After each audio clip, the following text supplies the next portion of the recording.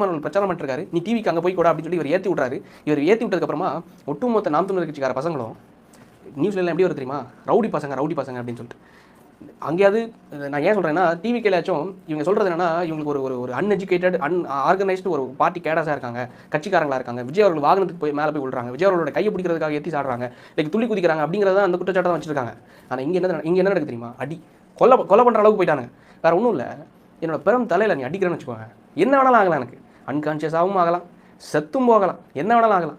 என்னோட பிறந்தலையில் நீ அடிக்கிறேன்னா என்னோட தலையோட பின்பக்கத்தில். ஸோ பின் பக்கத்துலேருந்து ஓங்கி அடிக்கிறாங்க. நான் அந்த புகைப்படத்தை போடுறேன். தலையை குனிஞ்சிட்டு அவனும் ஒரு மனுஷன் தானையா, அவனும் இதுக்கு முன்னாடி உங்கள் கட்சிக்கு வேணால் ஓட்டு போட்டுருக்கலாம். அவனும் ஒரு தாய் பெற்ற 10 மாதம் கஷ்டப்பட்டு சுமந்து வளர்த்த ஒரு பையன். அவனோட ஆசையாக டிவிக்குன்னு கத்திட்டு பைக்கில் அவன் பாட்டுக்கு போகிறான்.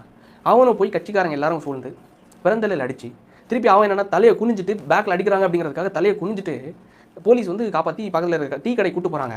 அப்போ சீமானவர்கள் என்ன சொல்கிறாரு தெரியுமா, அசிங்கமாக இருந்துச்சு, நீ அங்கே போய் டீ விற்றுக்கோ அப்படின்னு. இது ஏற்றி விடுறதா எப்படிங்கிற மாதிரி நல்லா கட்சிக்காரங்க